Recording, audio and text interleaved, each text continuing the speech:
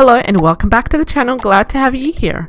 Today I would like to talk about a really important topic, and this is the importance of being careful with your fears or being careful of your fears, because what we fear most manifests itself in our lives way faster.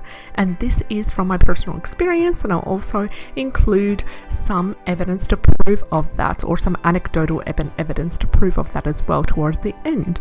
Because basically, have you ever felt so scared of something that you attempt to avoid it all at all costs?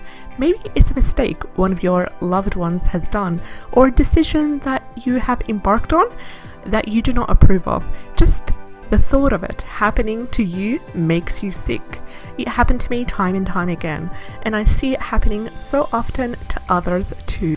I convinced myself that I will never allow the event or the reaction to happen to me. From distancing myself to loved ones to specific parenting methods, what I feared most kept attracting itself into my life. I finally understood why, and I'd like to share that with you today. I now understand what to avoid and allow in my mindset to stop attracting the fears into my life. Life works in mysterious, logical ways. It goes around and it makes you experience all that you fear most, because this is basically the exact law of life.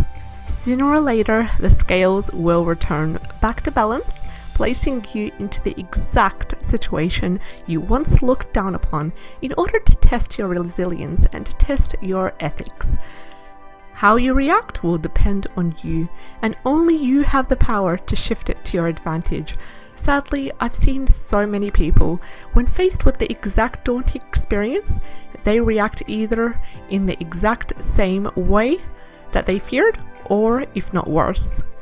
And I'd like to share a quote that I took from the In My Sacred Space blog, which I will link in the description box below for you to reference and to view the lovely content later on. And the quote says, "It's when you attach to a thought, dwell on a thought, constantly worry about a thought, and fear a thought that you begin to believe the thought. And when you believe something, you take actions based on those beliefs. And that's when you manifest it." Because basically everything is energy. Every thought carries with it its energy and its own vibration. That fearful thought that you have that brings you negative energy, it causes physical and mental stress in the body, and it thrives on your attention.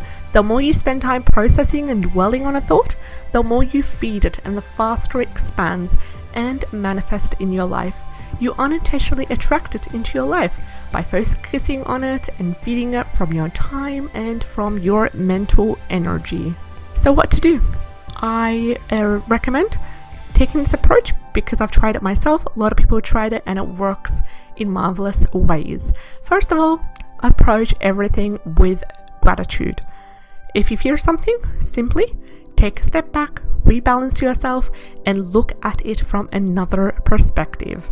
Now, I want you to be sure that you stay mindful of your ego, and basically don't think of it that this will not happen to me. Don't make that thought that this will never happen to me. My life is different, because what that does is it adds more negative vibration to the raw fear. And then acknowledge what you fear. Be grateful for the fact that you are in the situation, in this privileged situation, and then simply let it go. The key is letting it go. Do not feed it anymore. Negative energy feeds on a fear-based mentality, and it further highlights the negative traits such as a strong ego. Instead, my suggestion is to look at it from a more humble perspective.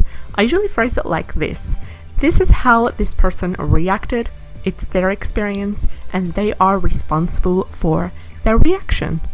And we are all susceptible to being exposed to this experience at any time. And I hope that if my time comes for such a test, I aim to react in a logical, positive way that is best for me.